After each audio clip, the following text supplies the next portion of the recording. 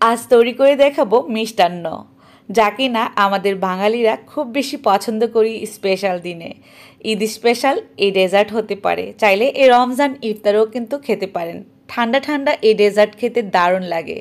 আর এটা হচ্ছে Turkish dessert. আমি পুরোপুরি বাংলাদেশি স্টাইলে করে দেখানোর চেষ্টা করব। আসসালামু আলাইকুম, welcome back to my channel. আজ তৈরি করে দেখাবো তুর্কিশ ডেজার্ট, এটাকে সম্পূর্ণ বাংলা স্টাইলে। আশা করি আজকের রেসিপি আপনাদের কাছে অনেক বেশি ভালো লাগবে।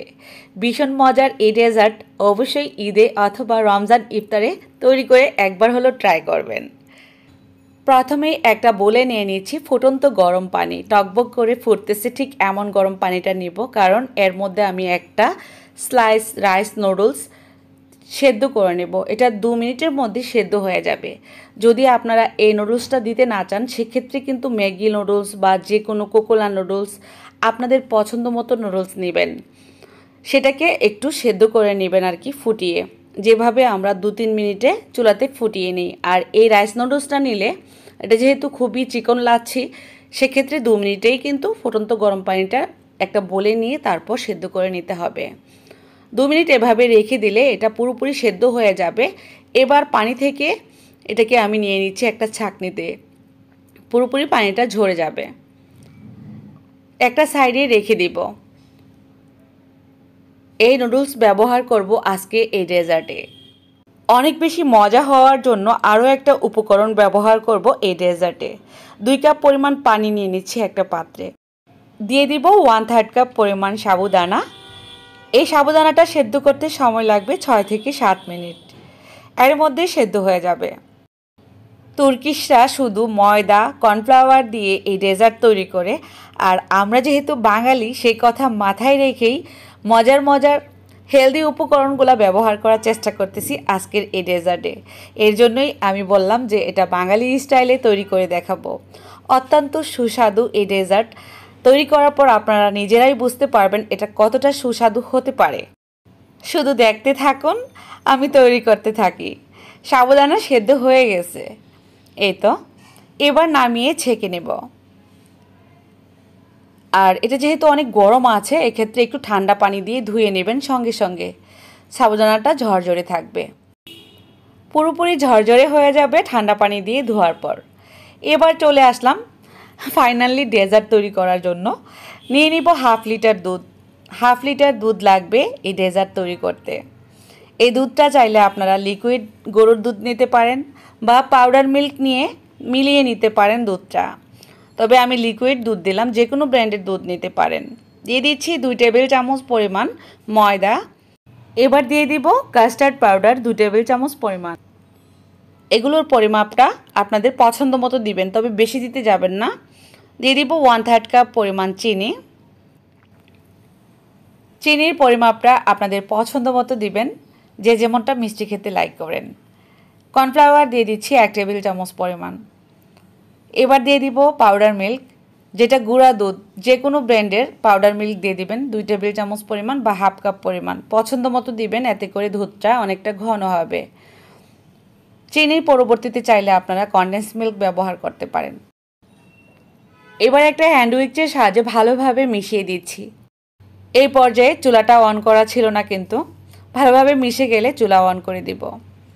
গরম গরম দুধের মধ্যে এই উপকরণগুলো দিলে দলা পাকিয়ে যাবে। অবশ্যই চুলার আঁচ অফ রেখে আপনারা উপকরণগুলো দিতে যাবেন। এবার দিয়ে দিচ্ছি নুডলস। নুডলসটা সেদ্ধ করা ছিল, একটু এভাবে করে ছাড়িয়ে দিতে হবে। এই দুধের মধ্যে কর্নফ্লাওয়ার আর কাস্টার্ড পাউডার দেওয়ার কারণে খুব দ্রুত কিন্তু ঘন হয়ে যাবে দুধটা। চুলার আঁচ মিডিয়াম রেখে অনবরত নাড়তে হবে, না হয় দলা পাকিয়ে যাবে এই দুধ। এবার দিয়ে দিচ্ছি সেদ্ধ করে রাখা সাবুদানা। সাবুদানার পরিমাণটা বেশি কম দিতে পারেন আপনারা, কারণ সাবুদানা যে কোনো মিষ্টান্নর মধ্যে খেতে ভালো লাগে। এবার 2-1টা বলক উঠিয়ে নেব, আর নাড়া বন্ধ করা যাবে না এই পর্যায়ে। এটার ঘনত্বটা দেখতেই পাচ্ছেন কেমন হয়েছে। যখন দেখবেন বলক উঠে গেছে, 2-1 মিনিটের মধ্যে নামিয়ে নিলেই হয়ে যাবে। আমাদের এই ডেজার্ট তৈরি হয়ে গেছে। এই তো লক্ষ্য করলে বুঝতে পারবেন এর কালারটা খুব সুন্দর আসছে, আর ঘনত্বটা ঠিক এমনই থাকবে। নুডলস আর সাবুদানা দেওয়ার ফলে এই ডেজার্টের টেস্ট দ্বিগুণ বেড়ে যাবে। অনেকে শুধু ময়দা আর কর্নফ্লাওয়ার কাস্টার্ড পাউডার দিয়েই তৈরি করে এটা। তুর্কিশরা বিশেষ করে ময়দা কর্নফ্লাওয়ার আর কাস্টার্ড পাউডার দিয়ে করে। আমি এখানে বাঙালি স্টাইলে অ্যাড করলাম নুডলস আর সাবুদানা। হয়ে গেল আমাদের ডেজার্ট তৈরি। এটা চাইলে এমনিতেও কিন্তু খাওয়া যাবে। এর স্বাদ আরও একটু বেশি বাড়ানোর জন্য আমি যে কাজটা করব, এটাকে গরম গরম একটা বাটিতে নিয়ে নিচ্ছি। গরম গরম থাকা অবস্থায় এটাকে সাজিয়ে নেব। দেখতে সুন্দর লাগবে এই ডেজার্ট। যখন আপনি অতিথিদের সামনে দিবেন দেখে চমকে যাবে, এটা এত সুন্দর হয় এই ডেজার্টটা। তো সবটুকু নিয়ে নিচ্ছি, আর বাকিটুকু যেটুকু থাকবে চাইলে কিন্তু আপনারা গ্লাসেও সার্ভ করতে পারেন। এই ডেজার্টটা ছোট ছোট গ্লাসের মধ্যে খুব ভালো লাগে দেখতে। এবার একটু সমান করে দিচ্ছি, এটা বেশ কিছু সময় গরম থাকবে। এবার নিয়ে নিচ্ছি আরও একটা বাটিতে 2 টেবিল চামচ পরিমাণ পানিতে 1 টেবিল চামচ পরিমাণ কর্নফ্লাওয়ারটা ভালোভাবে মিশিয়ে দেব। এখানে আমি তৈরি করব সিরাপ। চিনির সিরাপটা তৈরি করতে আমাদের কর্নফ্লাওয়ার অবশ্যই ব্যবহার করা লাগবে এই ডেজার্টের বেলায় আর কি। চিনি নিয়ে নিচ্ছি 1/3 কাপ পরিমাণ। চিনিটা গরম প্যানের মধ্যে যখন দিবেন এটা আপনি গলতে থাকবে। চিনিটা যখন পুরোপুরি গলে যাবে তখন এর মধ্যে আমি কর্নফ্লাওয়ারটা ব্যবহার করব।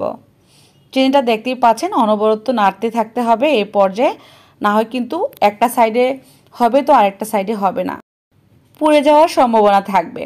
সেজন্য চতুর্দিক থেকে নাড়তে থাকবেন, চিনির কালারটা চেঞ্জ হতে থাকবে। এই তো লক্ষ্য করলে বুঝতে পারবেন চিনির কালারটা কিন্তু লালচে কালার চলে আসতেছে আস্তে আস্তে। ঠিক এই পর্যায়ে আমরা এর মধ্যে ব্যবহার করব সেই মিশানো কর্নফ্লাওয়ারের পানি। সবটুকু পানি দিয়ে দিচ্ছি।